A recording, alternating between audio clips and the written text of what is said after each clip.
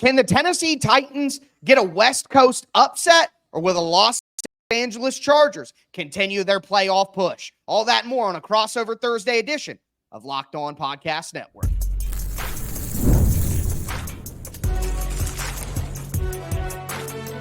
You are Locked On NFL Crossover, part of the Locked On Podcast Network. Your team every day.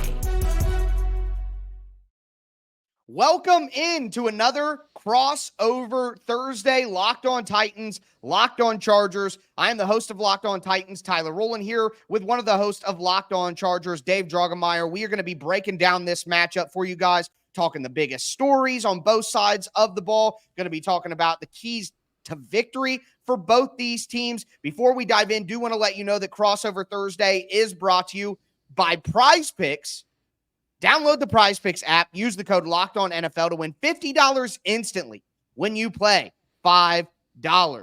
We're going to dive in here, as we always do, on the away side of things for my Tennessee Titans, who are sitting at 2-6 on the year, coming off their second victory of the year. Vibes are high, but going across the country, Dave, you may be surprised to hear this, but the Tennessee Titans have never beaten the Chargers on the road in the history of the Tennessee Titans. Like, they have never won over there on the West Coast of the country against the Chargers. So if they do it this week, it'll be quite a surprise to everyone, considering this year's team and even some of the best teams in Titans history haven't been able to pull this off. But, you know, we talk about the big stories and all of that. For me, it's clearly, is Will Levis going to be back out on the field? You know, he's missed the last 3 games. Missed 4 out of the last 5. Well, yeah, I guess, you know, he only played a couple of drives in the Miami game. We'll call that. That hardly counts. 5. Yeah. Right. So we've seen a ton of Mason Rudolph lately, other than that Indianapolis Colts game, which, looking back, you know, Will Levis probably should not have played in that game because that has set him back. And now he's missed, you know, a couple of games after. There's no doubt about it. The Titans offense has played better with Mason Rudolph at quarterback, but the Titans offense as a whole has just played better, and you kind of expected that with the new system and young players and new faces. So Will Levis should, in theory, be back out on the field for the Titans based on AC joint timelines, but he was limited in practice on Wednesday. And, you know, like I was telling you before we actually hit the record button, you got to wonder if this is one of those things where Brian Callahan's like, I want to win some games and see how the offense does. Yeah, Will, let's wait one more week. And going on the road, on the airplane, you know, some people worry about how that affects injuries. I don't know if that would matter. I'm not a doctor, as I always say. You know, you do wonder if maybe this is another week where Brian Callahan says, let's just go with Mason Rudolph again, give Will Levis one more week to heal, and then next week we come back home for another home game and we'll play him there. I mean, from your perspective, who would you rather see at quarterback from a Chargers view of things?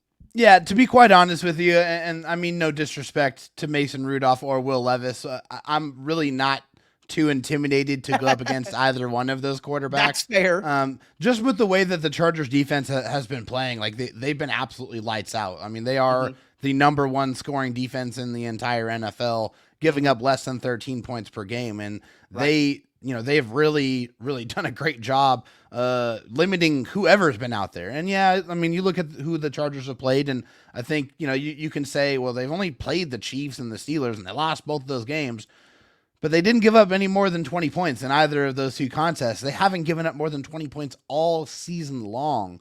So, and one thing they have done is they've played a lot of, you know, not, you know, say top flight quarterbacks, right? I mean, if I'm going to be respectful in that form, and they've really kind of made them look bad. I mean, they controlled Jameis Winston to the point to where they didn't score a touchdown until 1 minute left in the game, and at that time, the Chargers took the starters out. They were, you know, they had their backups on the field, and, you know, that was a fantastic play too. I mean, you got to give credit to Cedric Tillman for making that catch, but the Chargers were plastering the Browns receivers all game long, and Jameis Winston just didn't have anywhere to throw the ball. And so when I look at these 2 quarterbacks, I say probably Will Levis is probably a little more athletic, maybe. I mean, Mm-hmm. that's probably something that an aspect of his game that you have to pay attention to and respect.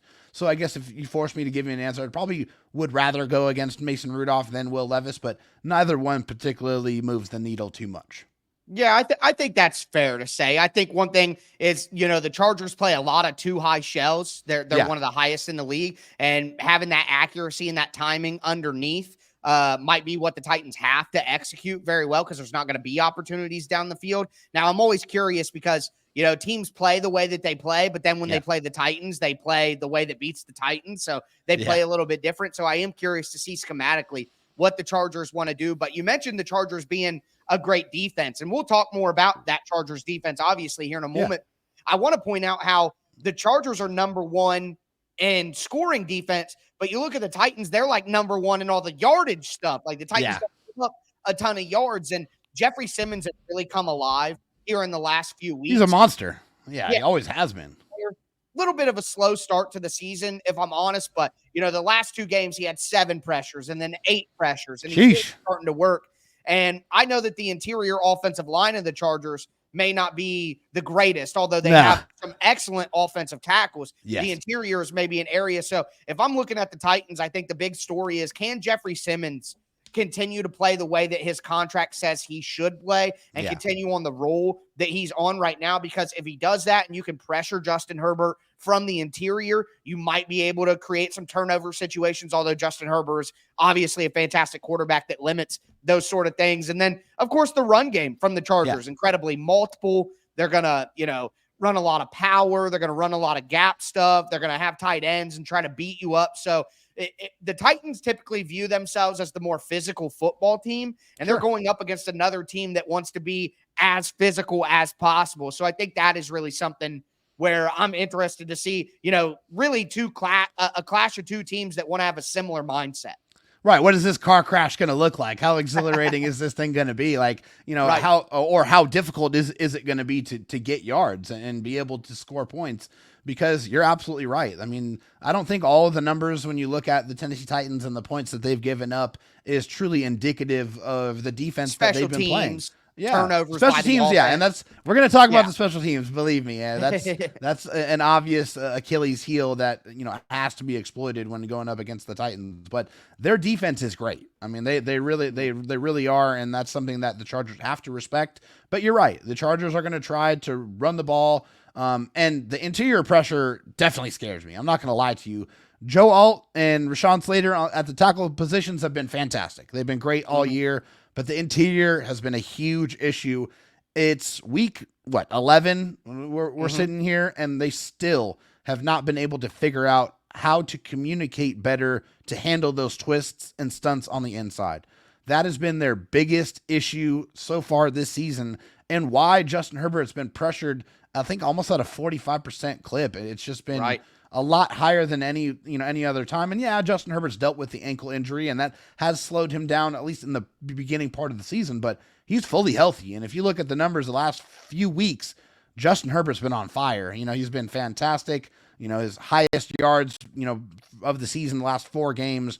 They've really been able to figure out, like, hey, if I can't run the ball as consistently, let's not forget we have a quarterback that has one of the best arms in the league. And, the offense has had to kind of be driven through his arm, but they do want to run the ball. They want to bring that physicality. We'll see if they're going to be able to do it against a defense that has been pretty salty all year.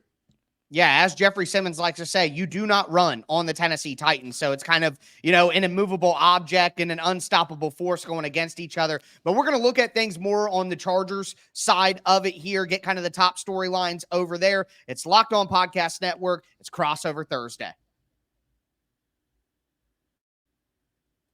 Today's episode is brought to you by the pre-alcohol drink from Zbiotics. Pre-alcohol probiotic drink by Zbiotics is the world's first genetically engineered probiotic. It was invented by PhD scientists to tackle rough mornings after drinking. Here's how it works. When you drink, alcohol gets converted into a toxic byproduct in your gut. It's this byproduct, not dehydration, that's to blame for your rough next day. Pre-alcohol produces an enzyme to break this byproduct down. Just remember to make Zbiotics your first drink of the night. Drink responsibly, and you'll feel your best. tomorrow. I've actually used the pre-alcohol drink by Zbiotics. Had a long day of golf on Saturday. Took it before I started anything. And then the next morning on Sunday, I woke up ready to go to cover a whole day of NFL action. Here's how you use it. Step 1, you drink the pre-alcohol drink. Step 2, you drink responsibly. Step 3, enjoy tomorrow. Go to zbiotics.com/LockedOnNFL to learn more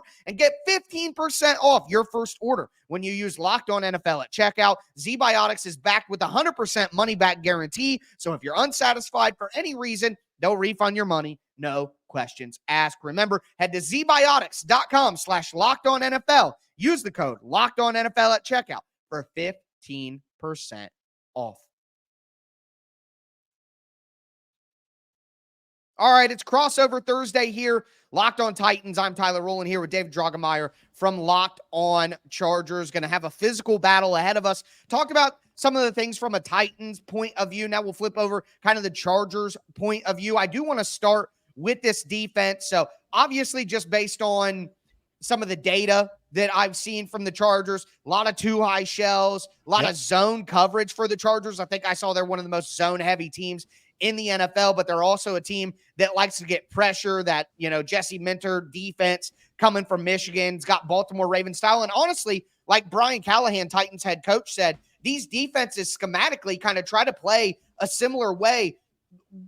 We know the names, Joey Bosa, Khalil Mack, Derwin James, but I know there's a lot of unsung heroes on the Chargers. I love Deion Henley at running back or at linebacker, but also Junior Colson was placed on IR. So what about this Chargers defense do you think most people don't know? I think that they don't know that they're starting 2 rookie cornerbacks that were drafted in the 5th round, and they have for the last 3 games, in Tarheeb Still and Cam Hart. And they've played out of their absolute minds, way better than anybody ever expected. And I think you have to give a ton of credit to the Chargers DB coach, and Steve Klinkskill and their safety coach, Mr. O'Leary. They have been phenomenal, being able to bring these guys in and not skip a beat, not be able to see a noticeable drop off from who they've had out there. And hey, a guy that well, Christian Fulton, he has been unbelievably good this year. I mean, he has 1 interception. He's only allowed 9 receptions the entire season. He's just been, and I believe it's under 75 yards total that he's allowed the entire year. Unfortunately, he did that in 1 game for the Titans in recent years. Like, it's crazy. Yeah. Both Molden and Fulton had some bad moments with the Titans, mostly Christian Fulton, who just was unplayable at times last year. And then he goes to a different team, and now he's incredible. It's just a classic Titans story. I know, man. I've seen it before. Trust me. I've seen it before. But with Christian Fulton, unfortunately, right now he's dealing with the hamstring injury, and so classic Fulton. That's the only thing right now that's been holding him back is his inability to stay on the field. But when he has been playing, he's been great. And then you mentioned Elijah Molden. Elijah Molden has 3 interceptions already this season, and honestly, could have had at least 5. Like he's really been around the ball. This Chargers defense has a huge contrast from the last several years. They're flying to the ball. They're swarming. They're really technically sound. And I think, it's a lot of the same players for the most part, given a couple of differences, like the corners I mentioned. And then the defensive line's got a couple guys, and Poona Ford and Tier Tart, who have come in. And another Titan. I think, honestly, the big theme here is the Chargers have given a lot of guys opportunities to bounce back. And right now, up to this point, they have rewarded that in confidence with their play up to this point. They have really, really been good. And I think for me, the biggest storyline on defense is, are they going to be able to handle Tony Pollard, who I think has been, fantastic up to this point, over 600 yards rushing, and he's, one of the big kind of catalysts of that Titans offense for sure. And are they going to continue, and I mentioned this earlier, to play well against, some of the, lower tiered quarterbacks in the NFL? Mason Rudolph, 4 interceptions in his last 3 games, and the Chargers turned Jameis over 3 times. They picked him off 3 times, and it could have been a lot more. So that's definitely what I'm going to be looking for when these 2 teams strap it up on defense. Yeah, the turnover battle has been an issue for the Titans all year long. I think I saw recently somewhere that the Titans had lost 80 points on drives after turnovers and special teams. Like it has been an issue. And, you mentioned those young cornerbacks, those rookie corners. I also saw that both of them are top 20 right now in separation prevented. So it's like they are absolutely getting the job done. I do want to ask, on the offensive side of the ball, I think we know that the Chargers want to be a physical team. They want to run the football with J.K. Dobbins. But I think the big question about the Chargers coming into the year that most people knew is they don't have a lot of weapons on the offensive side of the ball. They add Ladd McConkey, who I was a big fan of Ladd coming out of the draft. But outside of that, Quentin Johnston has been viewed as a bust by most people. And, Josh Palmer is kind of just a veteran guy. He was maybe in some trade conversation, whether that was real or not. We heard his name. What have the Chargers been able to do on offense with that perceived lack of weapons to make this offense start humming recently? Well, Ladd McConkey has been fantastic.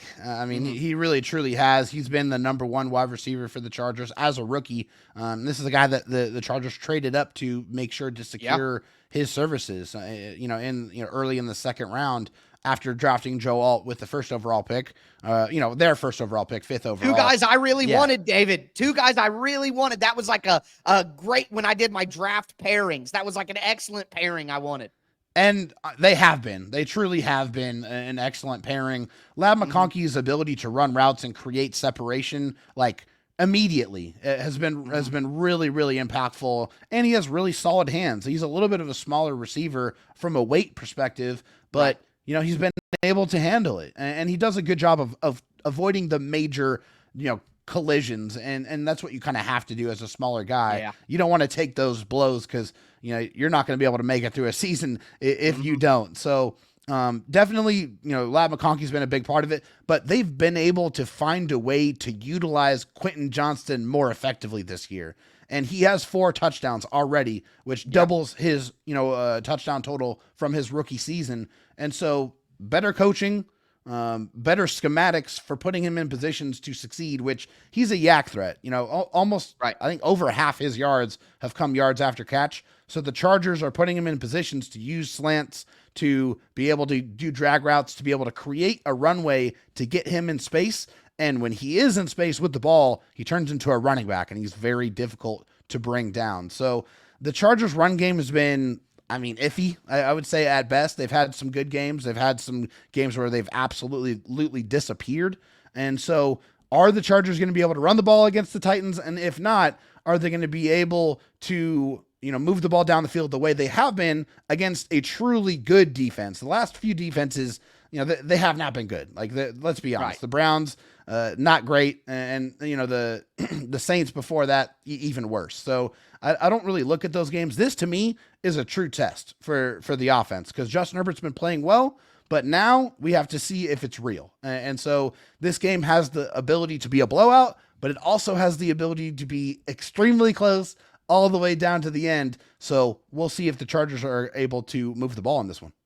Yeah, the Titans defense is going to have to keep them in this game, certainly. And we mentioned the special teams. That could also be a big area where, the Titans could lose ground in this game as well. But we'll talk about kind of the game plan for both teams, the keys to victory for both these teams in our final segment. It's a crossover Thursday here, Locked On Titans, Locked On Chargers, part of the Locked On Podcast Network, your team every day.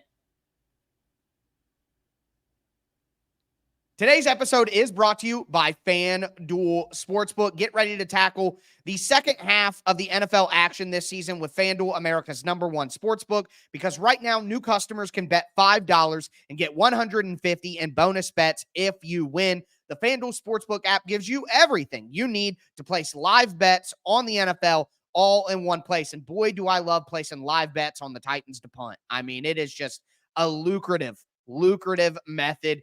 When you get a hunch in the middle of the game, like I do sometimes, you can check out the latest stats, view live play-by-play, and so much more on the same exact page where you place your bets. Make sure that you visit FanDuel.com to join today. Remember, you'll get started with $150 in bonus bets if you win your first $5 bet. That's FanDuel.com. Never waste a hunch and make every moment more with FanDuel, an official sportsbook partner of the NFL. Today's episode is also brought to you by Prize Picks. Look, Prize Picks makes daily fantasy sports as simple and as fun as possible. That's why they have over 10 million members and billions of dollars in awarded winnings. PrizePicks makes daily fantasy sports accessible to all because all you got to do is pick more or less on at least 2 players for a shot to win up to 100 times your cash. You can run your game all season long on PrizePicks. Here's how simple it is. Again, you pick a lineup of 2 to 6 players and just say whether they're going to do more or less.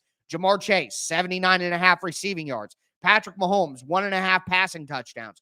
Travis Kelce, 59.5 receiving yards. Saquon Barkley, 79.5 rushing yards. Just more or less. Download the PrizePicks app today. Use the code LOCKEDONNFL to get $50 instantly after you play your first $5 lineup. That's the PrizePicks app. Download today and use the code LOCKEDONNFL to get $50 instantly after you play your first $5 lineup. It's PrizePicks. Run your game.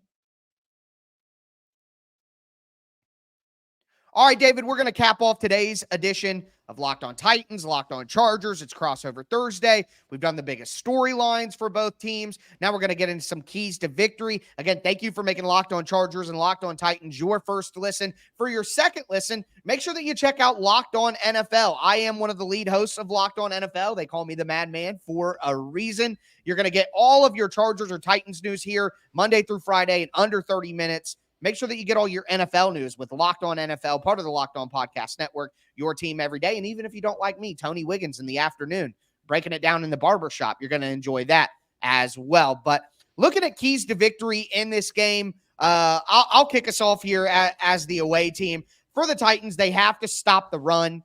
For the Los Angeles Chargers, if the Chargers are able to have success in the run game, they're just going to be unstoppable. You want to get Justin Herbert into 3rd and long, and you want to get that interior pressure from Jeffrey Simmons, Sebastian Joseph Day, revenge game. You know, there's a lot of revenge on this field in this matchup with the Chargers side and the Titans side.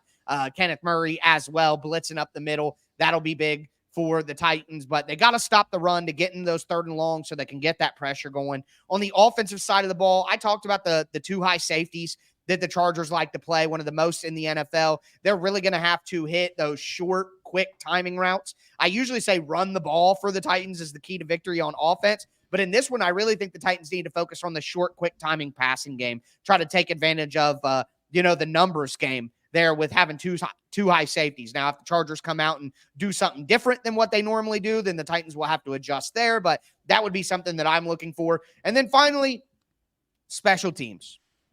We talked about it. The Titans have been awful on special teams. I would venture to say that they're the worst team in the NFL in special teams right now. They've had multiple blocked punts. They give up big returns every single week. The Chargers offense has been up and down. If you give them short fields and you make it easy on them to get points, I really think another thing, to give a bonus one is red zone efficiency. I don't think that because of how good the defenses are in this game, I don't think there's going to be a ton of opportunities to get into the red zone. So when you do, you need to take advantage. And the Titans, if they don't play well on special teams, they're going to give the Chargers more red zone opportunities than they are going to get. And that's going to skew things. So I'm going to say stop the run. The quick, short passing game for the Titans has to be accurate and precise. And they need to play well on special teams to help their red zone efficiency on offense and defense. So that's kind of my keys to victory for the Titans in this one. Yeah, I think all of those make a lot of sense. Definitely when you're going up against this Chargers team. For me, it's going to sound a little bit similar. Win the special teams battle is the first one. Yeah. Play a clean game is the second one. And win in the red zone is my third. The Chargers have an all-pro punt returner. His name is Darius Davis, and he just returned from injury last week, and he kicked things off in style with a 53-yard punt return that set up the Chargers' touchdown to Joshua Palmer. And so, like, those special teams plays can change the trajectory of a football game. They really, truly can. And, hey, for the Titans, just against the Lions, the Titans allowed 3 returns of 60 yards, including a 90-yard punt return touchdown. And per PFF, the Titans rank 30th in special teams grade. So that's an area where the Chargers definitely have an advantage, and they need to push that advantage in this game. Play a clean game. When you're trying to avoid an upset, which, I think, these two teams are going in opposite directions, like, you have to play a clean game. You can't have the boneheaded mistakes. Honestly, the Chargers should be on a 4-game winning streak, but they fumbled the ball inside the 5-yard line against the Cardinals, and, you just can't do that. And for the Chargers, they've done a pretty good job of that. They've only turned it over 4 times all season long. So that includes the penalties as well. You got to have a clean game from that perspective, because that can put you behind the 8 ball, put you in those 3rd and 15, 3rd and 20 situations that the Titans want to put you in. So you have to avoid that. And the Chargers are only averaging 4.7 penalties over the last 3 games. So they've gotten a lot better from that perspective. And like you mentioned, win in the red zone. Like, if you hold the Tennessee Titans out of the end zone, you're going to win the football game. The Titans ranked 26th in red zone touchdown scoring percentage over the last 3 games. The Chargers have been 22nd in red zone touchdown scoring percentage. So not great. I mean, both these teams, they don't get there often, and when they do get there, they're not scoring enough. But on the flip side of that, the Chargers rank 2nd in red zone percentage on defense. So they are not allowing a lot of people there, and they're not letting you score when you get there. So when you get those opportunities, like you mentioned, they're probably going to be few, far between, and precious. You have to make them count. You can't be trading field goals, which, hey, it might come down to that. But when you get those opportunities in the gold zone, you got to cash in. Yeah, 100%. That's going to make a big difference in this game, because I don't think that it's going to be some high-scoring affair here. I would agree.